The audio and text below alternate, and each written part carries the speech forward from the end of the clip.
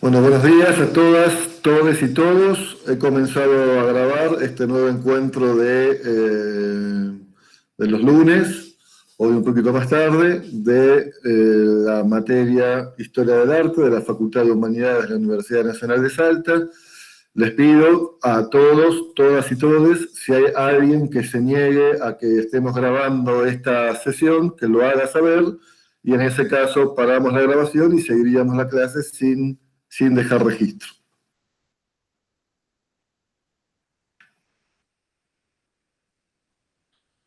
Bien, entendiendo que al no haber negativa, todos están dando su consentimiento para la grabación, entonces continuamos, ¿sí?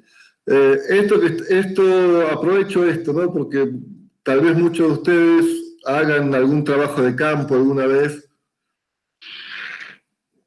inclusive para esta disciplina en otros años,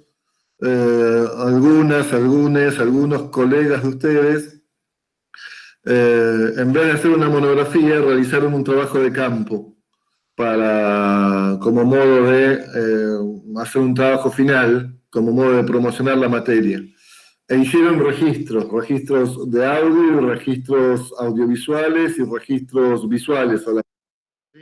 Siempre que hagan ese tipo de trabajo, si lo hacen especialmente para esta disciplina, pidan el consentimiento de los agentes sociales involucrados. Sí, es muy importante tener el consentimiento de las personas. Si hacen una grabación, si hacen un registro en espacios públicos, no, pero si hacen un registro de un espacio privado, no dejen de hacer ese paso de la investigación que tiene que ver con la ética de la investigación social, ¿sí? Si los registros involucran agentes privados, siempre tienen que hacer el pedido de consentimiento, dejarlo grabado si fuera un registro audiovisual o un registro de audio, y si no, por escrito también puede ser, ¿no? Nosotros, me acuerdo, hicimos alguna vez un trabajo de investigación en el cementerio de la Santa Cruz, en torno a la tumba de Pedrito Sangüeso, y siempre pedíamos a los entrevistados, antes de comenzar, quedaba grabado el consentimiento que nos daban para hacer esa entrevista. Digo porque es un paso importante de estos nuevos medios que no siempre se hace, pero que resulta muy relevante para la investigación. Bien, dicho eso, de toda investigación en general, sí, claro, sí, pero especialmente, como dice el CCB, pero especialmente cuando atañe a agentes privados, como estamos haciendo nosotros ahora. Yo estoy filmando sus casas, estoy filmando el interior de sus casas, va a pasar gente por atrás, entonces hay que tener respeto, cuidado y compromiso ético con la investigación. Digo esto CCB, te digo CCB porque te conozco tanto y me olvido tu nombre, pero ya saben que a los 53 años tengo derecho, César, tengo derecho a olvidar, ¿no? A los 53 años tengo derecho a olvidar. Pero digo, si uno va a hacer una filmación de la procesión de la Virgen y el Señor de la Virgen del Milagro, bueno, ahí no puede pedirle autorización a las personas individuales, pero si le hace una entrevista individual a alguien que está en esa procesión, ahí sí es bueno que tengamos el consentimiento de esa persona, ¿sí? Simplemente por eso. De hecho, puede ser lindo como una investigación, se me está ocurriendo ahora, ¿no? Puede ser lindo como una investigación para esta disciplina, hacer un trabajo comparativo entre las imágenes de la fiesta del milagro de este año de pandemia y otros años de pandemia, ¿no? Puede ser una cosa interesante. Vieron que se está diciendo que estarían por sacar a dar una vuelta a la Plaza 9 de Julio a las imágenes del Señor y la Virgen del Milagro. Independientemente de nuestras creencias religiosas, no estoy hablando de eso, pero sí como acto cultural, como práctica cultural, puede ser interesante tratar de analizar las diferencias entre manifestaciones culturales de la fe en épocas de pandemia y en épocas de normalidad. Tal vez puede ser un lindo registro hacer eso. De hecho, tal vez lo haga yo mismo para realizar alguna investigación. Bien, bueno, dicho todo esto y para no seguir perdiendo tiempo, les pregunto, no sé si han tenido algún momento en toda esta locura pandémica para comenzar a leer alguno de los textos de Mike Val y así empezamos a trabajar en función de los problemas que esa lectura haya tenido.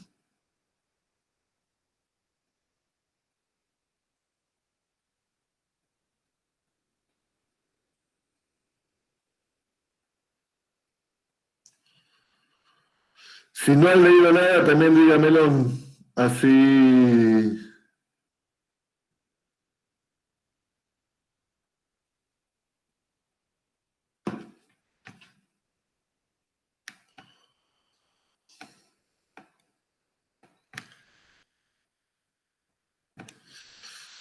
María Laura dice que pudo comenzar. Pudo comenzar significa que leíste 2 renglones, que leíste 10 páginas, que lo leíste entero el texto, que leíste el título.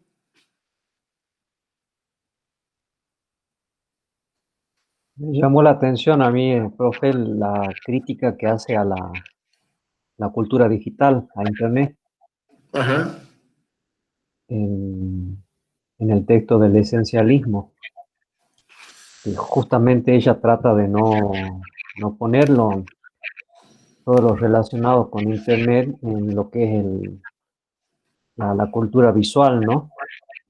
¿En qué página, Pablito, decinos? Sí, ya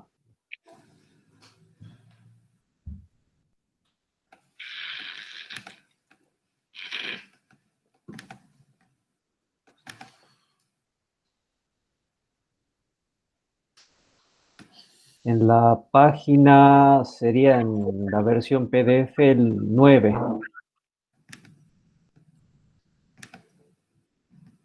y es la 19. O sea, sería 9 en la versión PDF y en el texto dice el número 19 abajo. ¿Están viendo ahí mi pantalla?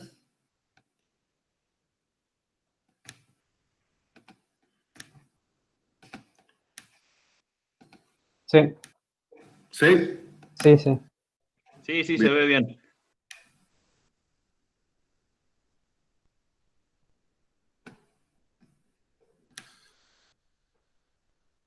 Acá, después de la fotito, Pablo.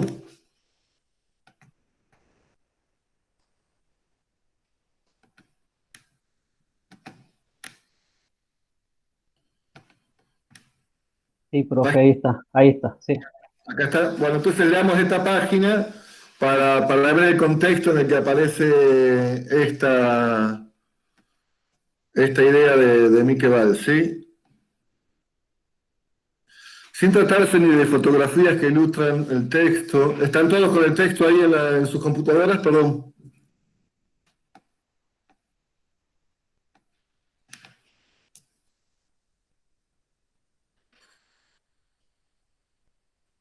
¿Te robaron la computadora, César? ¡Qué bajón! Sí, sí. Sí, estoy con el celular ahora, así que se me dificulta un poco, pero igualmente vamos a hacer el esfuerzo. Bueno, bueno. Vamos ahí. Bueno, el sentido general del texto me parece, a ver, más allá de que tiene algunos aspectos puntuales que podemos ir desarrollando y pensando, el sentido general del texto es más o menos claro, es mostrar que no hay una esencialidad de lo visual, es decir, que lo visual no es una forma universal, general, ahistórica, con el cual aprendemos a través de la mirada del mundo, sino que lo visual es susceptible de ser reconstruido si utilizamos los conceptos derridianos, o que lo visual puede ser objeto de una genealogía si utilizamos conceptos Foucaultianos, Nietzscheanos, es decir, que podríamos hacer una historia de la visualidad, una pequeña historia de la visualidad mostrando cómo bajo diferentes condiciones o en diferentes agenciamientos sociales, la mirada se ha ido constituyendo de un modo determinado y en otros agenciamientos se ha ido constituyendo de un modo diferente. En todo caso, el núcleo duro de la argumentación de Miqueval, en el cual, como decíamos en el encuentro anterior, no está sola, Jonathan Crary, Mitchell, Jesús Luis Brea, todos esos autores que están dentro de lo que llaman los estudios visuales contemporáneos, todos ellos coinciden en que la visualidad no es un universal que define el modo de mirar de los hombres y las mujeres a lo largo del tiempo, sino que la visualidad está sobredeterminada por elementos que no son estrictamente visuales, que hay una ideología que determina un modo de mirar, que hay un conjunto de aparatos tecnológicos que establecen determinados sistemas que organizan la visualidad, o que hay, como diríamos con Foucault, prácticas discursivas y no discursivas que organizan aquello que constituye el horizonte de la mirada. Pero también, como diría Mitchell, que no hay una mirada pura, no hay una mirada que sea solo mirada, sino que la mirada está siempre constituida por elementos que no forman parte de la visualidad, estrictamente hablando, sino que forman parte de otras regiones de lo sensible, pero también de regiones que exceden a lo sensible. Que no podemos acercarnos a la visualidad como si fuera un espacio de pureza en el que se transparenta el modo en el que el ojo aprehende el mundo. ¿Sí? Esa sería la idea más general que hace que Miqueval sea una investigadora muy importante en el marco de estos estudios. Yo ya les había dicho también que para que esto les quede un poco más claro, especialmente para los que no están habituados a los discursos teóricos filosóficos porque vienen de otra matriz disciplinar, para los que vienen de la historia del arte, etc., que tal vez sea mejor en ese caso que se concentren más en el texto Tiempos Trastornados, ¿sí? Porque ahí Miqueval analiza muy bien el caso de cómo hemos visto las obras de Rembrandt, por ejemplo, cómo vemos, cómo sobreinterpretamos de un modo u otro las obras de Rembrandt según esas diferentes variaciones en el orden de la visualidad. Lo vamos a ver todos vamos a ver los dos textos, pero yo tengo la impresión, tengo casi la seguridad de que para quienes no son del ámbito de las humanidades, stricto sensu, el otro texto, si bien es un poco más largo, nos va dando mayores elementos para la comprensión de esa idea de que la visualidad es un constructo histórico y no una esencialidad. ¿Sí? Entonces vamos ahora sí, dicho esto, a la página 19, que es la que nos indicó Pablo, que a él le llama la atención, acerca de la cuestión de Internet. Entonces voy a leer desde el principio de la página para ir comprendiendo el texto en el que aparece esta cuestión.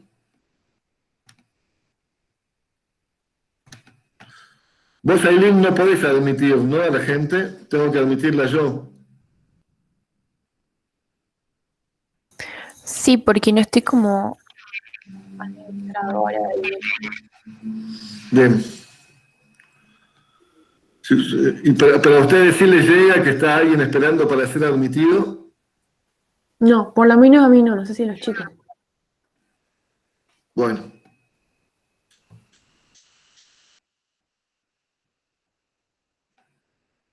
Bueno, sin tratarse ni de... Ahí estamos ahí entonces, ¿sí? Sin tratarse ni de fotografías que ilustran el texto, ni de palabras que explican las imágenes, la simultaneidad entre textos e imágenes y su presencia ante el espectador opera por medio de discrepancias enigmáticas entre estos dos registros principales. Los dos registros principales, como ustedes saben, son el texto y la imagen, ¿verdad? Si han venido leyendo antes, venía hablando de eso. Por tanto, cualquier definición que intente diferenciar la visibilidad del lenguaje, por ejemplo, confunde absolutamente la concepción del nuevo objeto. Este aislamiento de la visión conduce a la jerarquización de los sentidos, uno de los inconvenientes tradicionales de la división disciplinar de las humanidades, el hacer hipóstasis de los riesgos de la visión, instaurando la hegemonía jerárquica del noble sentido de la vista sobre el oído y los demás vulgares sentidos del olfato y el gusto, escriben Joat y Stam, y esto por no hablar del tacto. Para los que somos de filosofía, esto tiene una larga historia. Esta larga historia de la jerarquización del ojo por sobre los demás sentidos. ¿Sí? ¿Por qué digo esto a los de filosofía? ¿Dónde encontrarían ustedes el inicio de esa jerarquización del ojo por sobre los demás de los sentidos?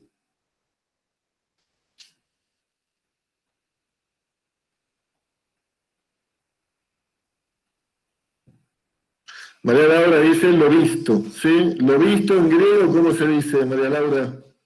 Platón, ¿cómo se dice? Eidos. ¿Y eidos qué es? La idea, ¿sí? Ya desde el nacimiento mismo de la filosofía, gracias María Laura, desde el nacimiento mismo de la filosofía, claro, Claudia, muy bien, toda la filosofía antigua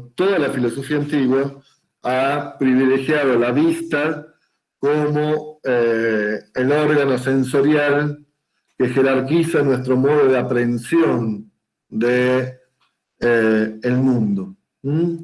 La palabra griega eidos, de donde viene idea, es el pasado del verbo ver.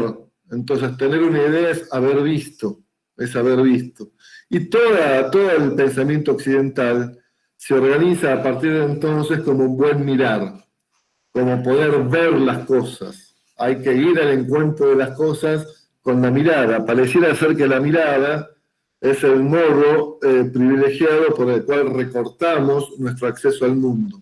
Y eso en detrimento de toda la plurisensorialidad de la cual está compuesta nuestra relación con los entes intramundanos. ¿Sí? Nosotros estamos arrojados aquí en el mundo. De hecho, en esta experiencia que estamos haciendo hoy aquí, estamos arrojados a esta experiencia no solo a través de la visualidad. De hecho, tal vez la única cosa interesante que tenga esta experiencia de la virtualidad es que yo no los estoy viendo. Y ustedes, yo podría apagar la pantalla y la relación que tenemos entre nosotros pasaría a estar sobredeterminada más que por la vista, y por la vista porque ustedes ven mi gestualidad que organiza también los argumentos que estoy tratando de presentar o que estamos tratando de discutir con ustedes. Yo podría apagar la cámara y ustedes tendrían una aprehensión sensorial totalmente diferente de esta experiencia pedagógica, ¿sí? Esto llevó a Occidente a, por un lado, privilegiar la vista, jerarquizar los otros sentidos y olvidar el modo en que esos otros sentidos se coordinan en el interior mismo de la visión para organizar la mirada.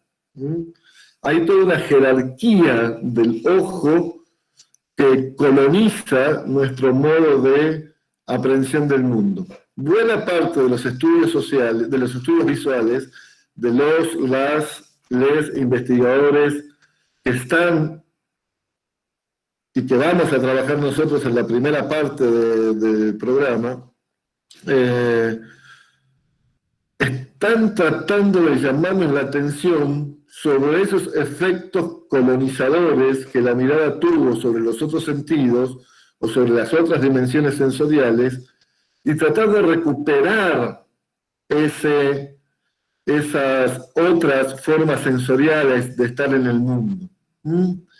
Piensen, para los que son de filosofía, especialmente, pero piensen también los demás, digo los de filosofía porque les puede resonar de un modo más fuerte.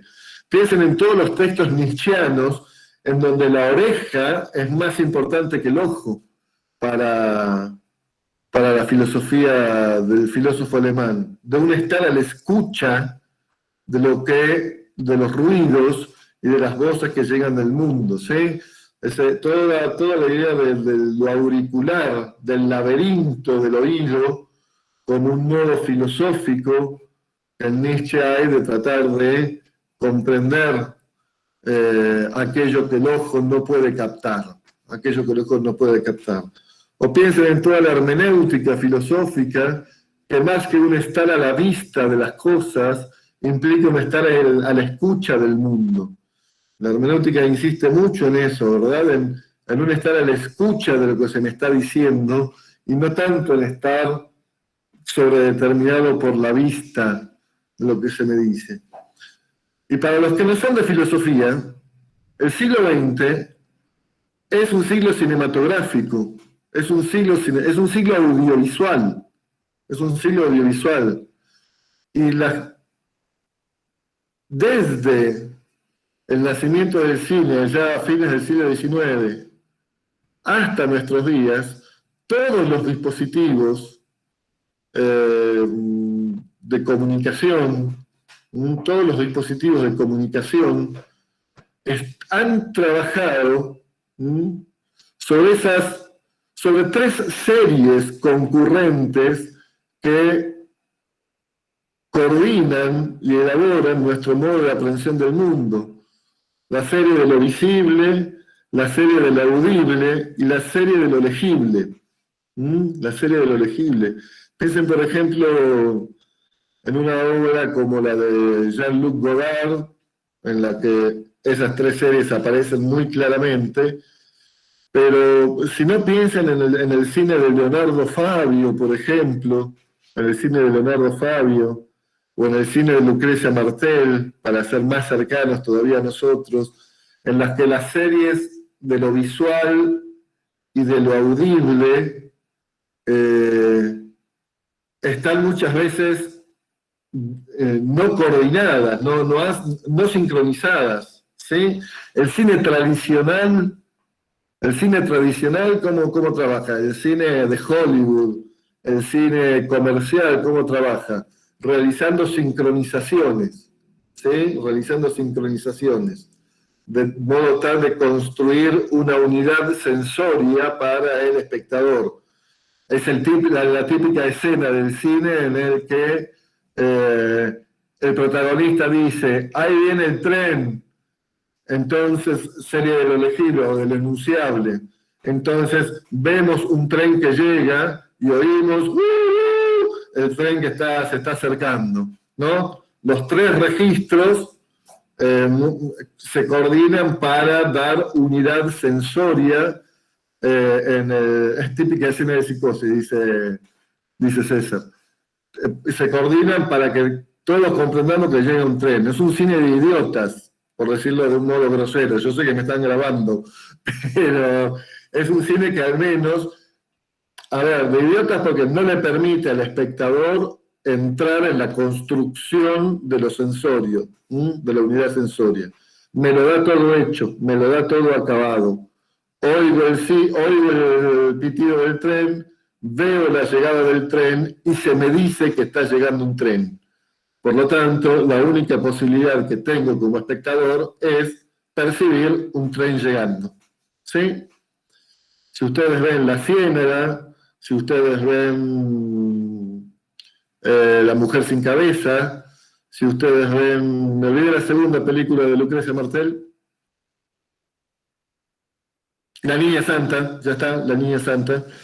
Si ustedes ven La Niña Santa, inclusive si ven el primer cortometraje de Lucrecia Martel, El Rey Muerto, van a ver que Lucrecia Martel muy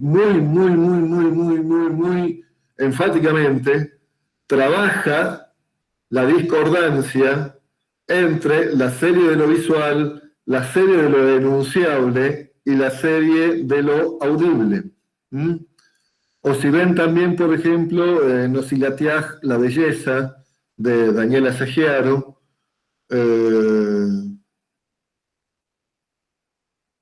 también van a ver esas series, ya no trabajando sincrónicamente, sino trabajando no sincrónicamente, de forma tal que ante eso que la pantalla me muestra, yo tengo que tratar de reelaborar el sentido de lo que allí se me está mostrando.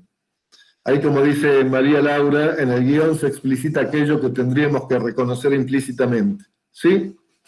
Eso en el cine más tradicional, ¿no?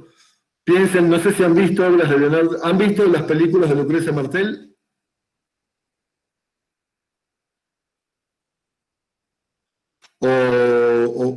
O la de Daniela Saggiaro, Nosilatiaj. Bueno, y Sama, ¿no? Me olvidé de Sama, la última película de Lucrecia Martel, Sama. ¿Mm?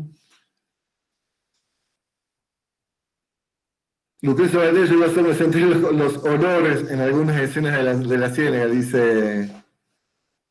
Claro, y María Laura dice, reconocemos todo el contexto salteño, pero vieron que reconocemos eso no por lo que vemos, no por lo que oímos, reconocemos eso por las distancias entre lo que vemos y lo que oímos, por todo eso no dicho y no visto que se abre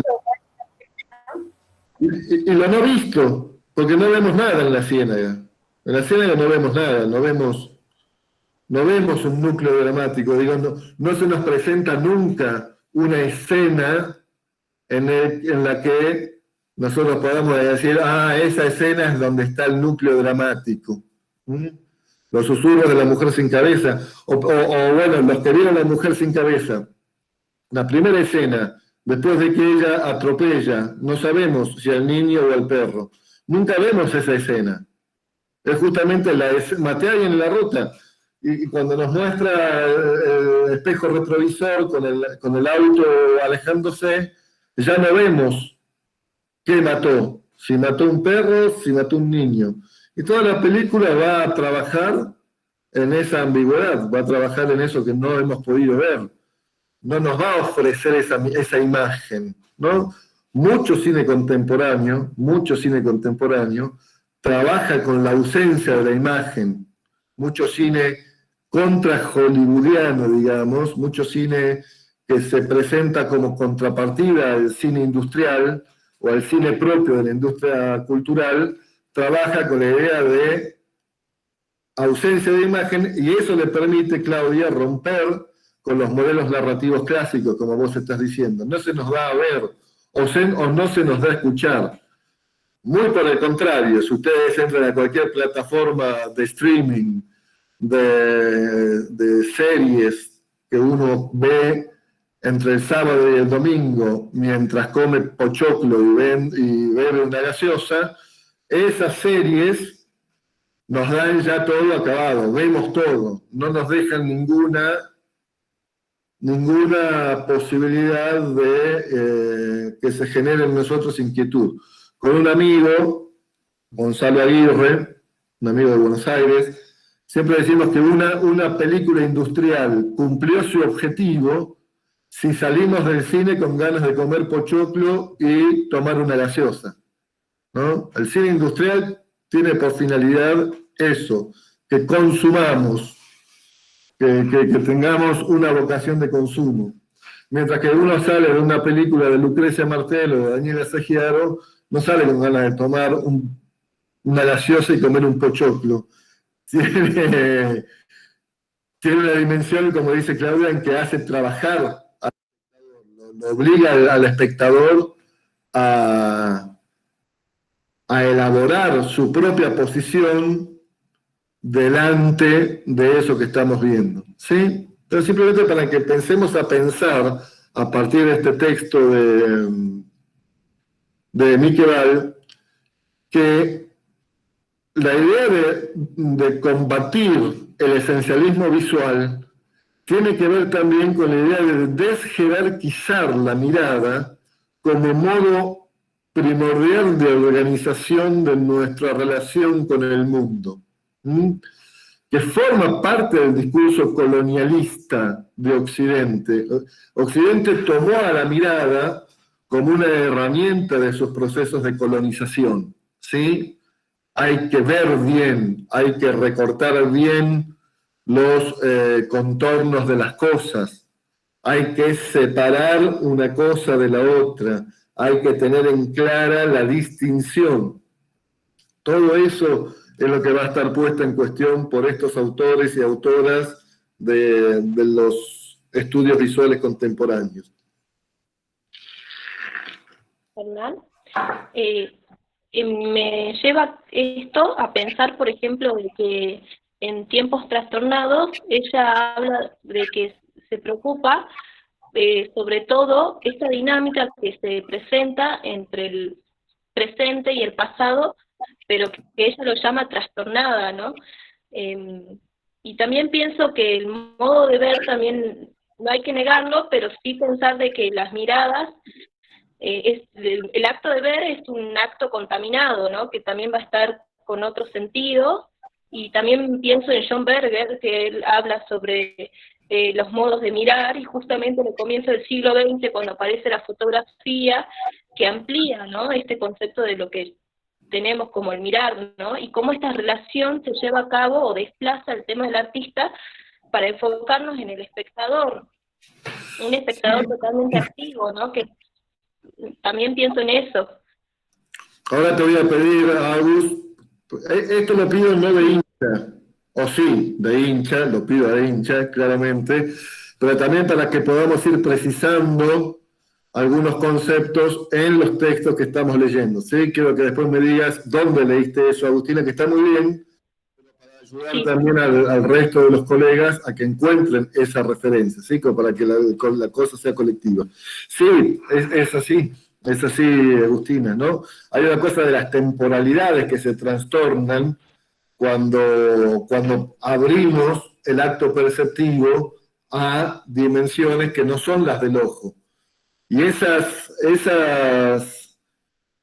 otras dimensiones, Agustina, nos muestran no solo que el mirar está contaminado, que tal vez es lo que aporta sobre todo el segundo libro, Tiempos Trastornados, sino que la temporalidad es una temporalidad contaminada, que no hay una temporalidad de la aprehensión lineal, pura, punto detrás de punto, que de hecho esa concepción del tiempo como una línea recta que se continúa indefinidamente, punto detrás de punto, hasta el final de los tiempos, depende de alguna forma de esa visualidad esencializada que estamos criticando en el primer de los textos, ¿sí? Entonces, solo para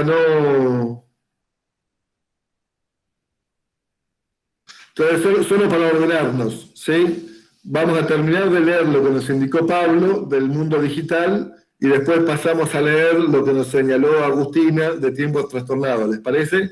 Para que la dispersión no sea tan grande, ¿sí? Porque yo ya soy un profe dispersivo, soy un profe así rizomático, y entonces no quisiera que, y esta parte rizomática de mi modo de dar clases se organizan mejor cuando yo tengo un pizarrón, digamos, que ahora no tengo. Entonces me vuelvo primero a lo de Pablo y después vamos a lo de Agustina. Pero quiero que vean que hay una conexión entre lo que nos indicaba Pablo y lo que nos indica Agustina y lo que estábamos diciendo. Romper con la esencialidad visual es también romper con la idea de que hay una temporalidad única, lineal, que uno puede continuar como un proceso histórico. Los tiempos están contaminados. Piensen simplemente en esta experiencia muy común que tenemos cuando nos acercamos a una fotografía. Algo pasa inmediatamente. Las fotografías no tienen fecha. En general, ante una fotografía, la primera pregunta que uno se hace es: ¿cuándo la sacaste? Y ya no sabés, la fotografía lleva inscripta en su imagen la impureza de un tiempo que no se corresponde con la sucesión de los días que pasan. Pero bueno, antes de ir para eso, volvamos a la página que nos indicaba Pablo y después pasamos a la de Agustina, ¿sí?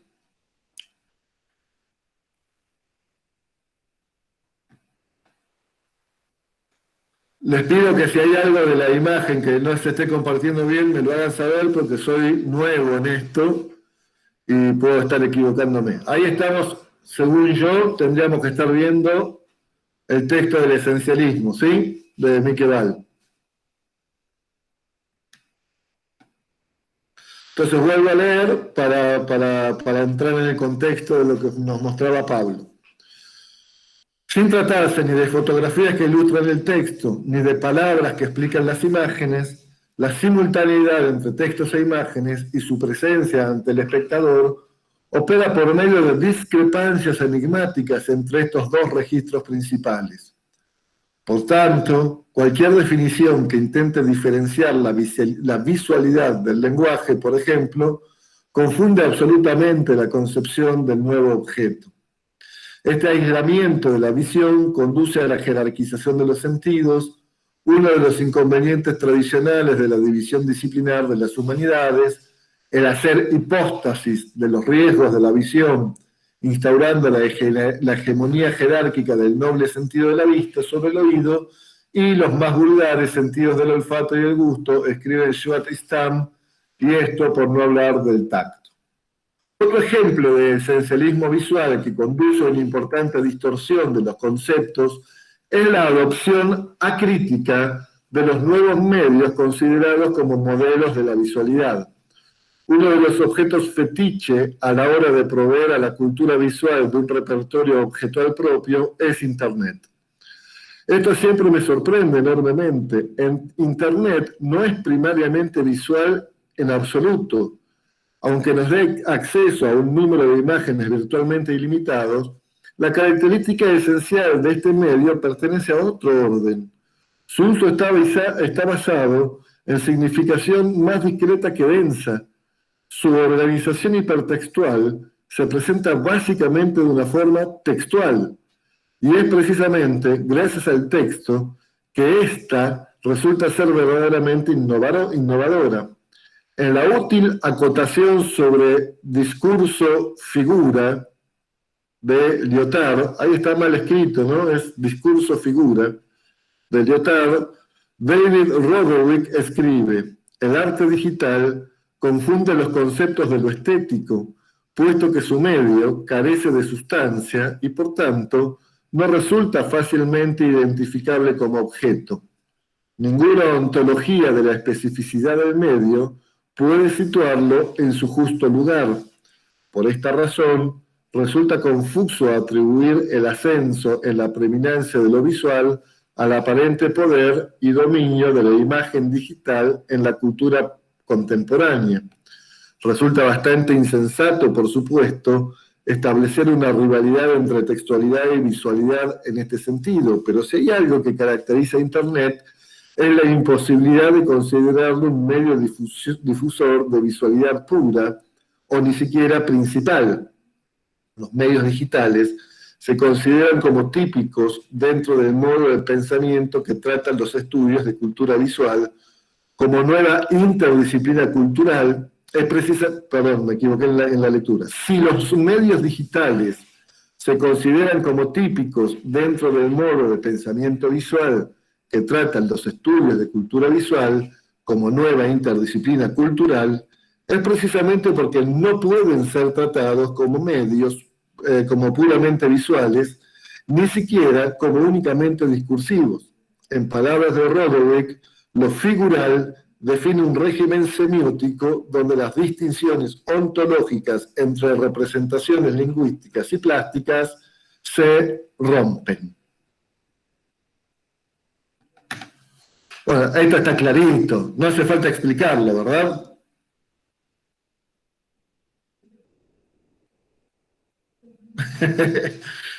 No hace falta ninguna explicación, ¿verdad? Es muy claro, todos lo entendemos. Hay algo interesante lo que está diciendo María,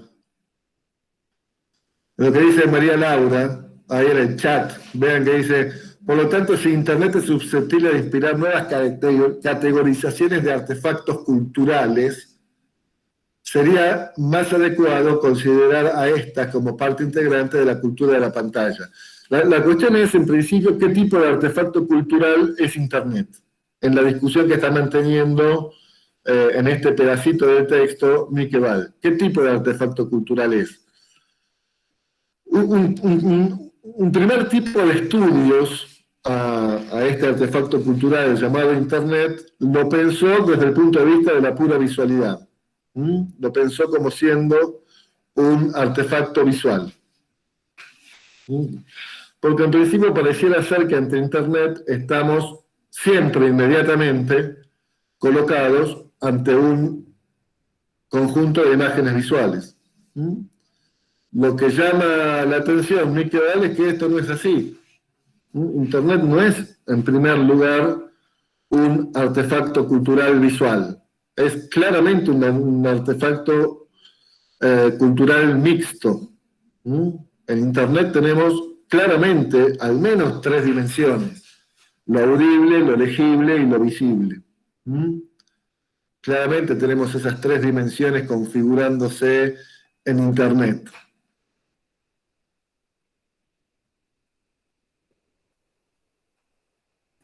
Y de hecho, en la medida en que caracterizamos a este artefacto cultural como hipertextual, ya esa caracterización de la hipertextualidad nos está señalando que este artefacto cultural no es en primer lugar visual. Tendríamos que en todo caso pensar que es este concepto de hipertextualidad, que tampoco es textualidad. Por lo menos no es textualidad en el mismo sentido que esto puede ser un texto. ¿Me están viendo ahí o no a mí? ¿Sí? Esto es un texto, pero no es una hipertextualidad. Esto es un texto en el sentido que es un tejido de palabras puestas y dispuestas, unas detrás de otra, que me obligan a mí a hacer una lectura lineal del sentido de lo que está escrito. Si yo tomo un libro, hago una lectura lineal de lo que aquí está escrito. Es un texto en el sentido en que están tejidas, las líneas tejen una detrás de otra el sentido de lo que yo debo aprender. Ahora, la hipertextualidad ya no es eso. En la hipertextualidad yo no voy una detrás de otra leyendo las palabras que organizan el sentido de lo que allí se me da a ver. Profe, ¿Sí? lo que también dice ahí, y me resulta interesante poder destacarlo, que caracteriza a esta cultura digital como algo fugaz. Incluso utiliza esa palabra, ¿no? La fugacidad, y es lo que estaría en contrapartida de lo que es lo impreso, justamente lo que usted está diciendo, ¿no? Y esa fugacidad hace que no se pueda identificar el objeto en la cultura digital. O sea, no puede ser un objeto, precisamente dada esa fugacidad. O al menos tenemos que pensar, Pablo, muy bueno, Pablo, muy bien. Al menos tenemos que pensar cuál es el estatuto ontológico de este artefacto cultural que ha hecho de la fugacidad una de sus claves de elaboración del tiempo. Está muy claro, digamos, que aquí este artefacto cultural llamado libro no estaba pensado bajo la idea de fugacidad, sino más bien de la recurrencia de un tiempo que podía volver hacia atrás. Yo podía, ¿no?, marcar el texto, seguir leyendo y después volver a la marca. Había una recursividad posible por la cual yo volvía hacia atrás y recuperaba el sentido de lo leído. La línea me permitía volver a leer aquello que yo había olvidado. La estructura de lo fugaz, como dice Pablo, me lanza a una temporalidad en la cual yo no puedo recuperar nada. ¿no? No puedo recuperar nada. Y de hecho, fíjense que hasta nuestro lenguaje, Pablo, se ha ido modificando. Yo acá recordaba o olvidaba. En el libro, la estructura del libro organiza mi relación con el tiempo según el olvido o el recuerdo. Esa era la tensión que la memoria tenía frente al olvido. Yo recordaba u olvidaba. Pero con estas máquinas nuevas, con estos nuevos artefactos culturales, como dice María Laura, no hay recuerdos y olvidos. Hay recuperación o borrado. En la lógica de lo fugaz, yo ni recuerdo ni olvido. Estas máquinas en las que estamos ahora mismo trabajando, todos ustedes y yo, ni recuerdan ni olvidan. O recuperan o borran datos. La estructura, la dinámica, la tensión que organiza la temporalidad de estas máquinas ya no es la de recordar o olvidar, como las memorias vitales del siglo XIX, como la memoria que estaba inscrita en el libro. La memoria que se inscribe en las máquinas digitales es la memoria que se organiza según la tensión de lo que se recupera como dato almacenado o se borra de todo almacenamiento. Y hay que tomarse en serio esas dinámicas diferenciadas del tiempo que está inscrito en estos lugares. Por otro lado, para continuar con lo que le llamó la atención a Pablo, tampoco escribimos en estas teclas palabras. Cada letra que está distribuida aquí en el teclado no es una letra. No es una letra para este sistema informático en el que estamos nosotros trabajando. ¿Qué es? Es un código, una cifra. Te diría más, María Laura, es una cifra que está codificada. Es una cifra codificada. No es una letra. Para el sistema, mi computadora no lee. Todas esas metáforas son siniestras, ¿no? Y hay que... siniestras en el sentido de que nos ocultan lo que en verdad está pasando en estos sistemas operativos. Estamos todo el tiempo escribiendo cifras.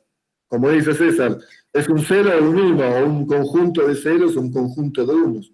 Pero entonces no estamos ante la operación de la lectura. Estamos ante la operación de un cálculo permanente. Lo que se hacen es cifrar y descifrar mensajes. Y Hernán, dale. te quería hacer una acotación. El otro día estaba escuchando un programa de radio y lo que decían es que en Argentina existe un derecho al olvido. ¿Qué es el derecho al olvido? Es que vos podés apelar a la Suprema Corte de Justicia para que borren todo tu historial de Google. Es súper interesante porque en un momento como que es una modelo que apeló a eso porque no quería que salga su historial de modelo y que salga su historial de empresaria. Cuestión que empezaron a debatir mucho este tema del olvido y la memoria permanente de Internet porque así podíamos apelar a muchísimas cosas, ya como mucho más jodido. O sea, hablar acá en Argentina de memoria tiene una carga significativa bastante pesada y como que lo llevaron también a un debate filosófico de qué es el olvido en Internet y qué es la memoria permanente también. En Europa se ha discutido bastante, ¿no? Esta idea del derecho al olvido, pero también, Aileen, porque a todos nos ha pasado despertarnos contentos a la mañana, tomarnos unos mates y decir, voy a aprender la computadora, voy a ver qué pasa en Facebook. Y poner Facebook y te dice, hola, hace 4 años te pasaba esto, queremos que compartas tus recuerdos. Y vos decís, hace 4 años, lo único que quiero hacer es olvidarme de lo que pasaba hace 4 años. Y lo primero que te hace el bicho maldito es acordarte de cuán gordo eras, cuán pelado estabas, con cuánta gente tonta te rodeabas, o te hace aparecer una figura de un ser amado que ya está muerto, o te hace aparecer cosas que vos realmente no querés recordar. digamos. Entonces hay ahí toda una cuestión bien interesante para pensar en un derecho al olvido frente a la pulsión del recuerdo a la que nos quiere obligar este bicho digital, que tampoco es una pulsión de recuerdo, más bien es una pulsión de almacenamiento, ¿no? De almacenar. Han transformado la memoria en un almacén de informaciones. ¿Mm? La memoria digital no es un lugar del recuerdo, es un stock de información que parece que está siempre disponible ahí, al azar de un algoritmo que lo hace visible cuando a él se le dé la gana. No tenemos, digamos, la posibilidad de querer olvidar o de querer recordar. Eso es bien interesante. Y todo esto para pensar, todo esto para problematizar hasta qué punto Internet es un medio visual, ¿no? Porque esto es lo que nos decía Pablo, digamos. Hasta qué punto esa pretendida pureza visual que emerge de los sistemas digitales llamados Internet no está habitada por diferentes tipos de registro que muestran que Internet es, por excelencia, el campo de la impureza visual y no de la pureza visual. ¿Sí? Y eso nos lleva a pensar cuáles son las fuerzas que constituyen esa impureza visual llamada Internet. Vean lo que dice el texto en relación a Lyotard, ¿no? Vuelvo al texto, ahí en esa cita que hace de un libro muy importante de Lyotard que se llama Discurso Figura. Discurso Figura fue la tesis doctoral de Lyotard, allá por los años 60, no me acuerdo de la fecha, 68, 69, en la década de 60, ¿sí? Después controlamos bien el dato de la tesis doctoral de Lyotard. Lyotard es un filósofo francés que su formación fue fenomenológica, pero uno podría poner a Lyotard en el ámbito general del postestructuralismo francés, ¿sí? De aquellos que han recibido, han hecho una relectura, digamos, de Nietzsche. En el caso de Lyotard, es un pensador bien particular, es muy importante. Tuvo una desgracia Lyotard, tuvo una desgracia muy importante. Escribió un libro que fue un bestseller. Y eso opacó el resto de la producción filosófica de Lyotard. Casi todos conocerán a Lyotard por un libro que se llama La condición posmoderna, que escribió en el año 1979, que en realidad fue un informe que él hizo por encargo del gobierno de Quebec acerca de la sociedad de información contemporánea. Ese libro tuvo mucho éxito en su momento, pero opacó el resto de la producción filosófica de Jean-François Lyotard. Por ejemplo, libros como libros como Discurso Figura, que es un libro de gran importancia filosófica, y por eso lo está citando aquí Miqueval. Ahí la tesis de Lyotard es que tenemos que encontrar el figural, opacó en el sentido de que nadie lo lee, y que todavía dice, no, Lyotard es el que escribió La condición posmoderna, es un filósofo posmoderno, no vale la pena leerlo, no leas Lyotard, te dice. Un profe de filosofía te diría que no leas Lyotard, pensando en la condición posmoderna, que es un libro de difusión, digamos, de difusión de problemas contemporáneos. Es un libro de difusión de problemas contemporáneos. Que lo lees, está buenísimo el libro porque entendés bien cuál es la condición en la cual se instala la posmodernidad, pero en la propia trayectoria filosófica de Lyotard ha como impedido que uno lea al Lyotard filósofo, ¿sí? Y te quedás con ese Lyotard divulgador de ideas más o menos ya ya evidentes, ¿sí? En ese sentido, César estaba diciendo que opacó su obra filosófica. En Discurso Figura, Lyotard trata de mostrar esa imbricación entre el discurso y la figura, y el concepto clave ahí es el figural. El concepto clave de Lyotard es el figural. Que el figural es la condición a partir de la cual algo emerge como una figura. Una pregunta muy fenomenológica, si ustedes quieren decirlo así. No me pregunto cuál es la figura que veo, sino bajo qué condición esa figura emerge.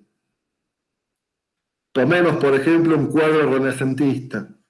Un cuadro renacentista está poblado de figuras, ¿sí? Está poblado de figuras.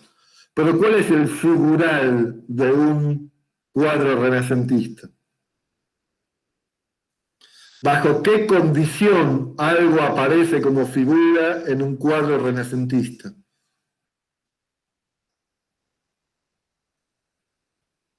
Al que me contesta bien esto se puede ir y promocionar la materia.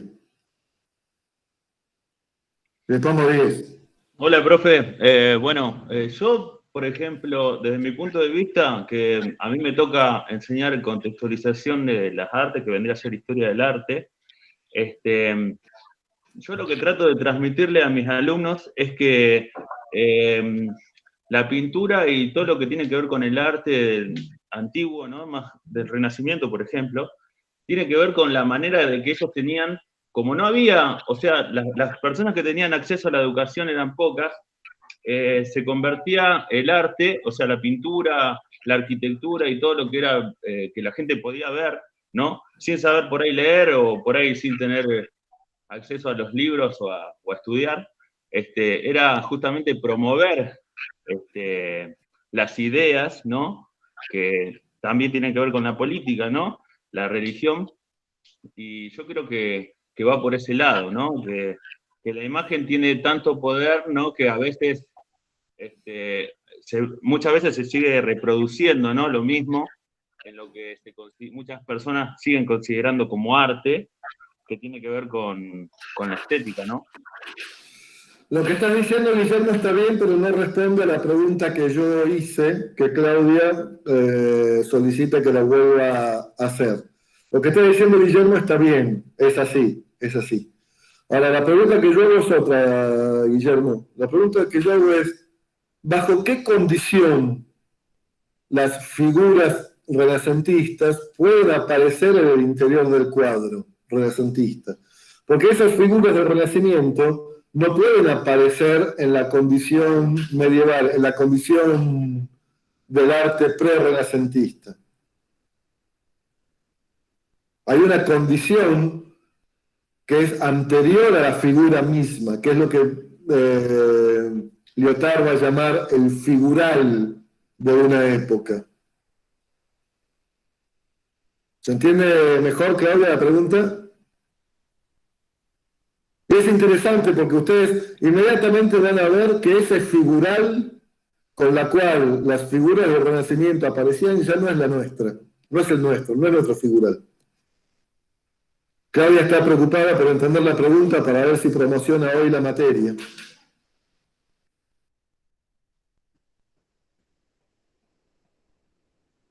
Bueno, como no lo van a saber, cuando yo les diga cuál es la respuesta, muy bien, Claudia, pero no te voy a probar. No te voy a probar lo mismo, ¿no? Se entiende que era un chiste. Bien, Claudia, esa era la respuesta correcta, ¿sí? El figural renacentista es la perspectiva. ¿Sí? Es la perspectiva. Antes de que aparezcan figuras, gracias, Claudia, por entender que esto era una broma, porque como está grabado, después podés usar esto como prueba para sentirte aprobada. El figural es la perspectiva. Cualquier artista o espectador, inclusive de los siglos XIV a XVI en adelante, sabe que cualquier figura va a estar inscrita en un espacio volumétrico, en un espacio en el cual hemos cavado la profundidad, ¿sí? Que no hay representación que esté liberada, sino que toda representación va a estar inscripta en ese espacio volumétrico por el cual se me hace visible la profundidad. ¿Se entiende? ¿Cómo hacía un pintor renacentista para comenzar a... ¿Ver el cuaderno este o no? ¿Sí? Bueno, un pintor renacentista tiene acá un cuadrado. Y entonces, antes de comenzar a disponer en el cuadrado las figuras, ¿qué hace? Traza un volumen.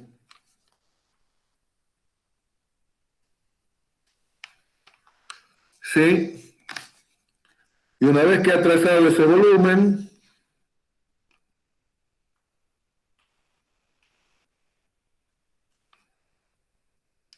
¿lo ven el volumen o no? ¿Cómo se armó el volumen?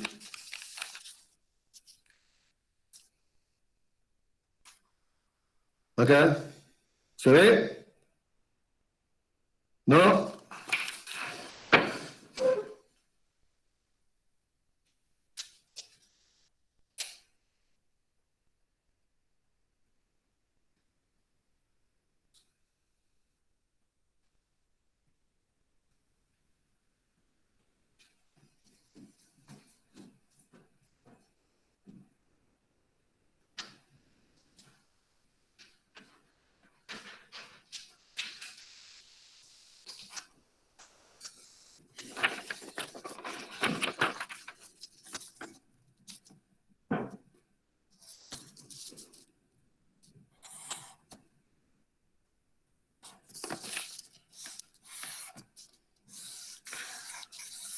¿Ahí se ve el cuadrado o no, chicos?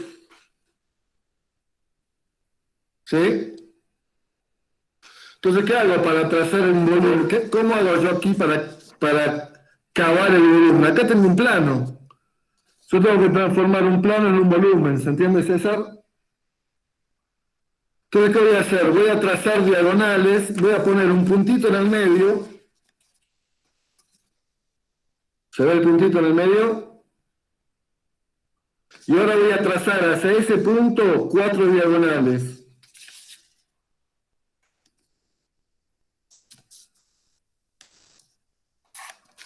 ¿Se ven las diagonales?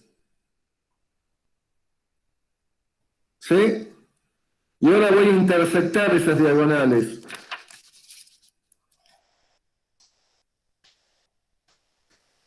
¿Se ven las diagonales intersectadas? ¿Ven que se creó la profundidad? Yo ahora voy a hacer lo siguiente. Voy a hacer una cosa muy típica del Renacimiento. Voy a dibujar un tablero de ajedrez en el piso.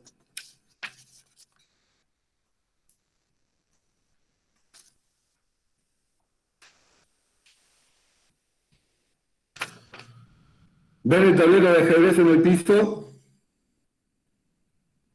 ¿Ven cómo del plano se construyó la profundidad?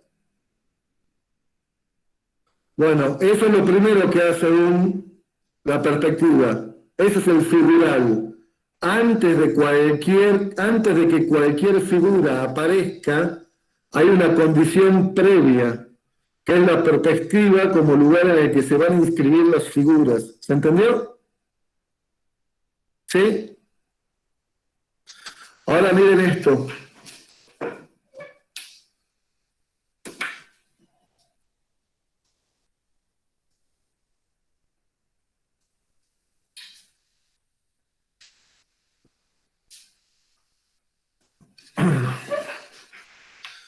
¿Lo ven? Es un cuadro de Antonio del Valle Gaspar, que creo que ya se los mostré la semana pasada. Aquí la perspectiva no es condición previa para que se inscriban las figuras. Aquí ya no hay perspectiva, sin embargo hay acto visual, hay visualidad. Solo que la visualidad está inscrita bajo otro régimen figural. El figural ya no sería la perspectiva. ¿Se entiende?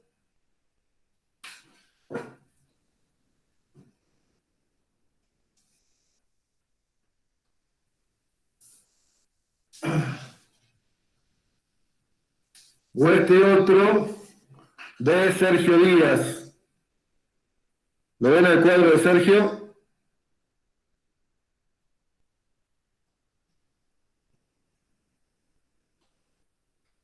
En donde él recorta una figura sin profundidad. No hay profundidad alrededor de la figura.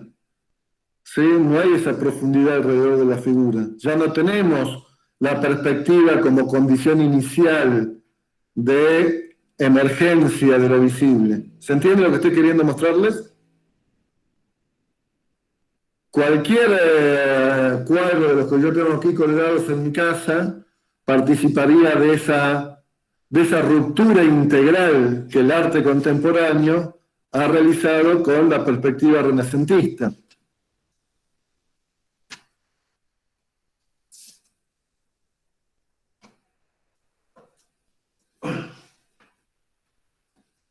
Ya no hay en esos cuadros el volumen cavado en el plano. Ahora vean que si no hay eso, también se ha roto con algo que esa perspectiva nos generaba, que era la ilusión de una temporalidad que se iba de adelante hacia atrás. Este figural que tenemos acá no solo me hacía ver la profundidad espacial que se cavaba en el plano, también me hacía ver una idea de temporalidad por la cual todo se iba hacia atrás, pasado, presente y futuro se organizan en función de este punto que yo ponía en el centro del plano. ¿Se entiende? Cuando esta disposición estalla, allá en el siglo XIX, a fines del siglo XIX, cuando esa disposición estalla, no solo estalla el figural como lugar en el que la visualidad organiza las figuras, sino que también estalla la temporalidad como cronología, exactamente César, como cronología que organizaba nuestra temporalidad. O sea, lo que le quiero mostrar es que esa visualidad inscribía también un modo del tiempo. Un modo del tiempo. ¿Qué es lo que Miquelal interroga en Tiempos trastornados? Los tiempos se han trastornado porque el modo de puesta en escena de lo visual ya no responde a las categorías del figural renacentista. ¿Se entiende lo que estoy queriendo mostrarles? ¿Sí? Sí, Hernán, y yo quería aportar, ¿no?, con respecto a los otros tipos de perspectivas que existen y que no son occidentales, ¿no? La perspectiva japonesa, la atmosférica, qué sé yo, de otras culturas. Exacto, ¿sí? ¿No? Y también pienso en la perspectiva simultánea que aparece con la fotografía, ¿no? Picasso, el cubismo, ¿no? Todas esas cosas que van configurando otro modo de mirar. Piensen en lo que está diciendo Agustino y los efectos colonizadores que esto tuvo por parte de Occidente frente a otras culturas. Porque no es casual que el figural renacentista se haya elaborado en el momento de expansión colonialista de la burguesía naciente de la Europa central. Piensen que la perspectiva fue un modo de representación del mundo que la nueva burguesía fue imponiendo a otras culturas occidentales. Sí, Ailín, ¿me podías hablar? Pensé que me habías hecho así con la manito, discúlpame. Porque lo que está en el fondo de la crítica que hacen Miquelal, Nietzsche, José Luis Brea, o al menos a lo que nos quieren llamar la atención, es que estos modos de elaborar la mirada no están atravesados por el halo de la inocencia.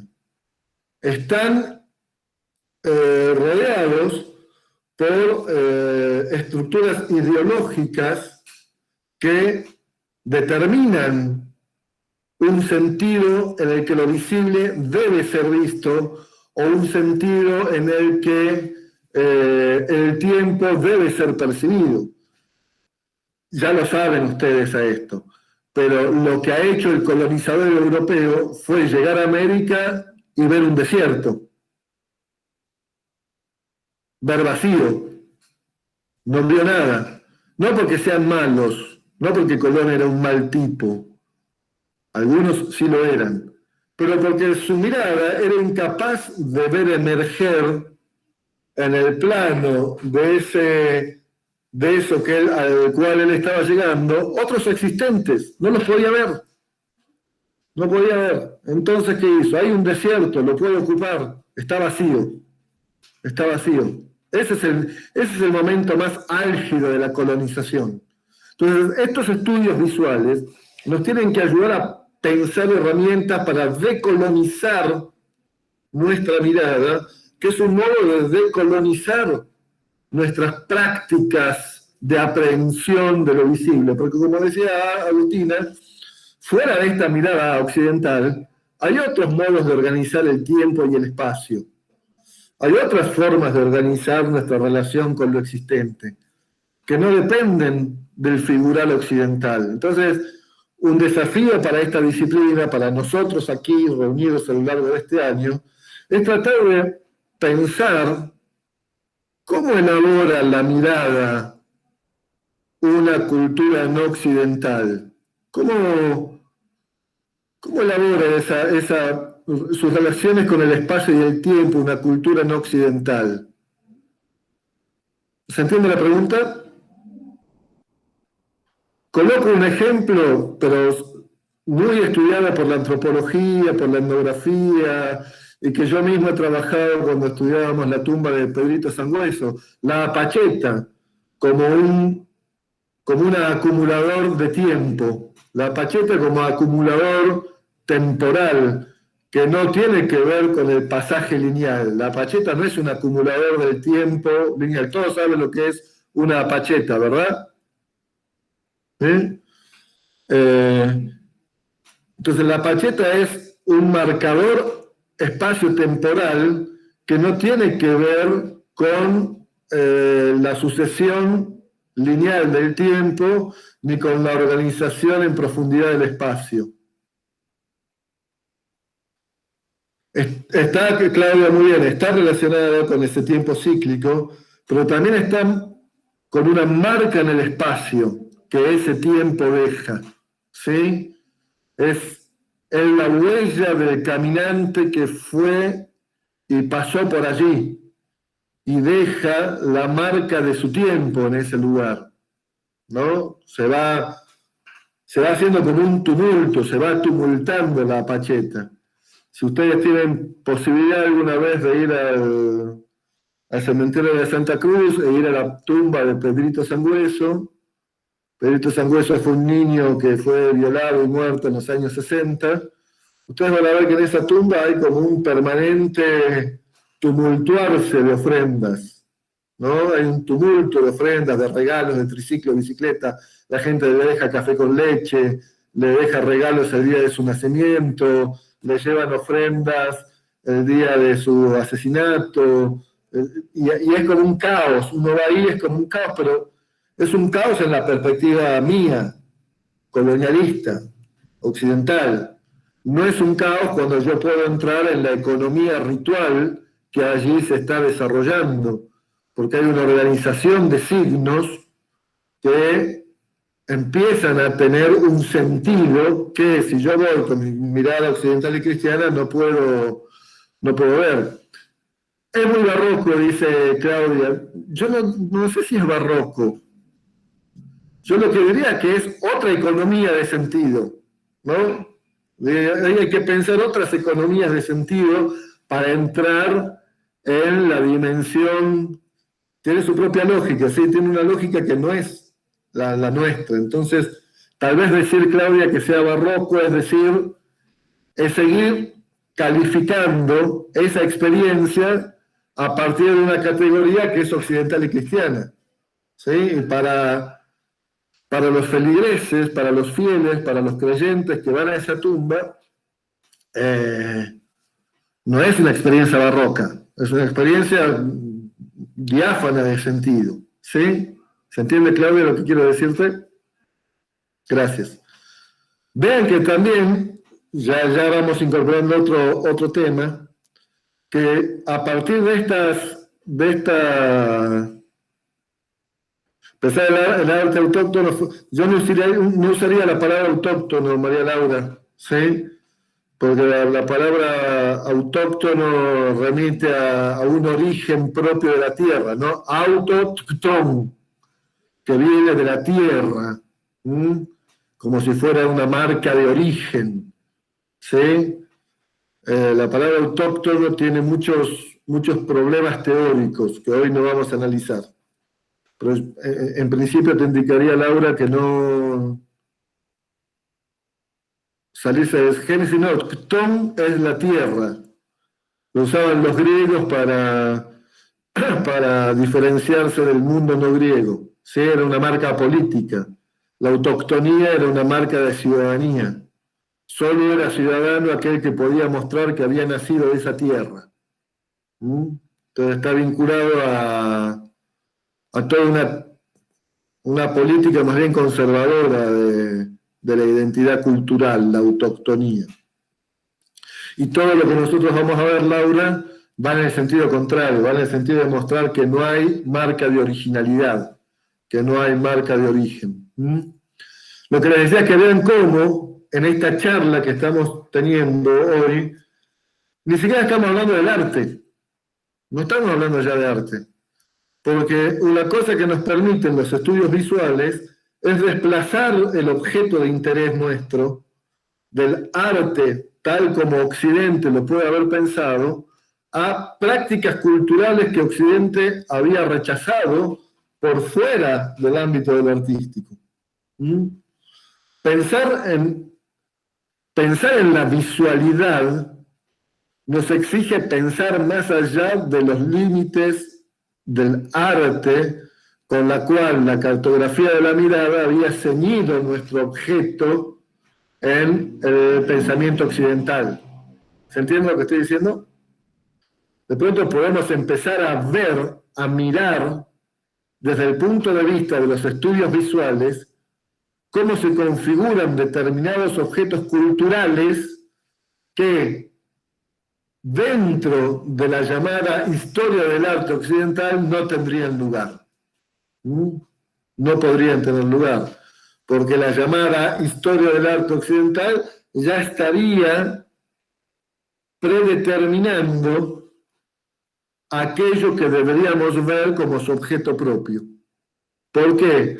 Porque estaría predeterminando que aquello que tenemos que ver como objeto propio es algo que se da a una esencia de la mirada, que se da a una esencia de la visualidad.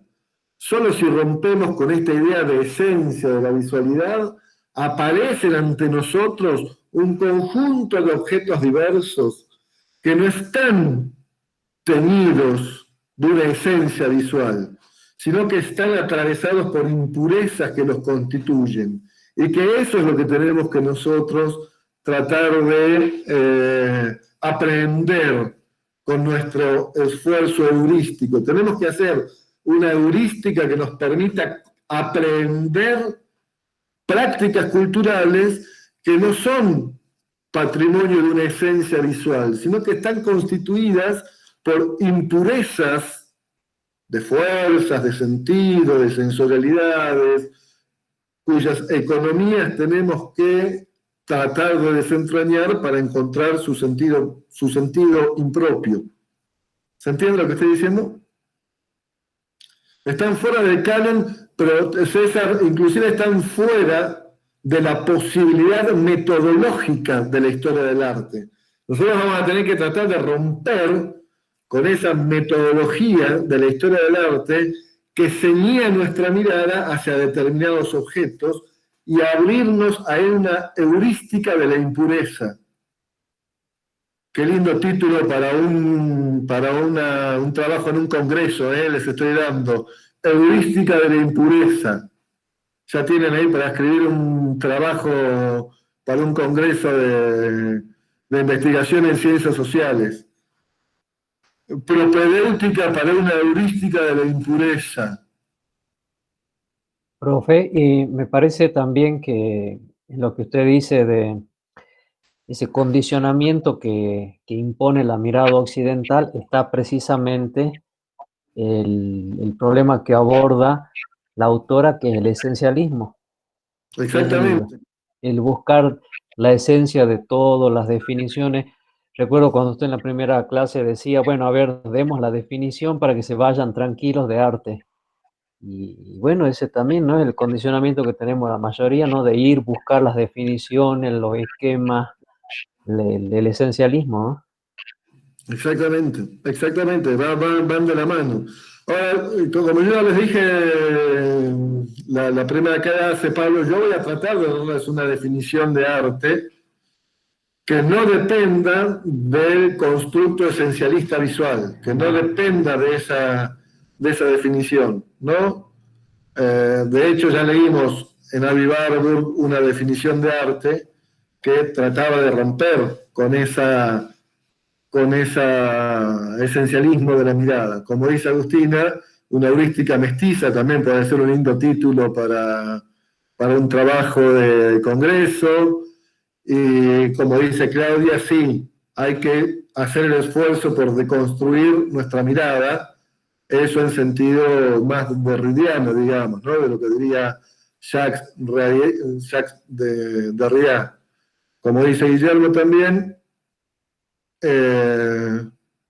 todo arte no persuadido por Occidente, no domesticado por Occidente, ¿sí? Toda esa práctica del arte, sobre todo romper con esa idea del arte, Guillermo, que es un objeto dado solo para la contemplación, que esa es la definición de arte más occidental y moderna. Y sí, por supuesto, César, arte es lo que digo yo, todo lo demás son papas fritas, todo lo demás es un gran error de la historia occidental. Bueno, ya están siendo las 12. Nos quedó ver un poco lo que nos decía del tiempo Agustina, pero lo dejamos para la clase que viene, ¿sí? Así no nos cansamos tanto. Yo le hago un aviso parroquial. Si les interesa, mañana hay una charla de fotografía, de la cátedra de fotografía que muchos me estaban preguntando. Les voy a subir el flyer si quieren unirse al Zoom. A ver si tiene que deconstruir en la cocina, dice Claudia. Sí, sí, hay cosas más importantes. Ahora les pido lo siguiente, colegas. La semana que viene es 14 de septiembre, no vamos a tener clase. La siguiente es el 21 de septiembre, tampoco vamos a tener clase. Entonces lo que les pido es que lean otra vez los dos artículos, el capítulo 1 de Tiempos Trastornados y el artículo del esencialismo visual, y hagan un escrito no de 50 páginas, de 2 páginas. No tanto contándome lo que dice Miquel, sino exponiendo allí las inquietudes que ese texto les presenta, ¿sí? Yo doy por supuesto que todos ustedes ya saben leer e interpretar el texto. Ese es el punto de partida de nuestra relación.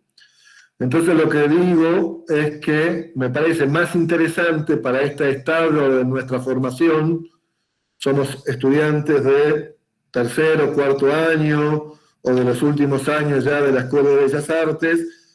Entonces, más que exponer las ideas principales del texto, de los textos, les pediría que organicen problemáticamente cuestiones, preguntas, inquietudes que los textos le van generando, ¿sí? Una página y media, no mucho más de eso, que me las manden, se las manden a Aileen, y Aileen me las reenvía todas a mí. Sí, hagamos esa secuencia para que no se arme un caos de información dando vueltas. ¿Estamos de acuerdo? Si quieren, les puedo poner como tarea asignada en el Classroom, cosa que se les envía le envía toda la misma consigna, y ustedes lo suben directamente al Classroom, así le pueden más organizado. No sé qué les parece, si están de acuerdo, o si alguno tiene dificultad para manejar Classroom.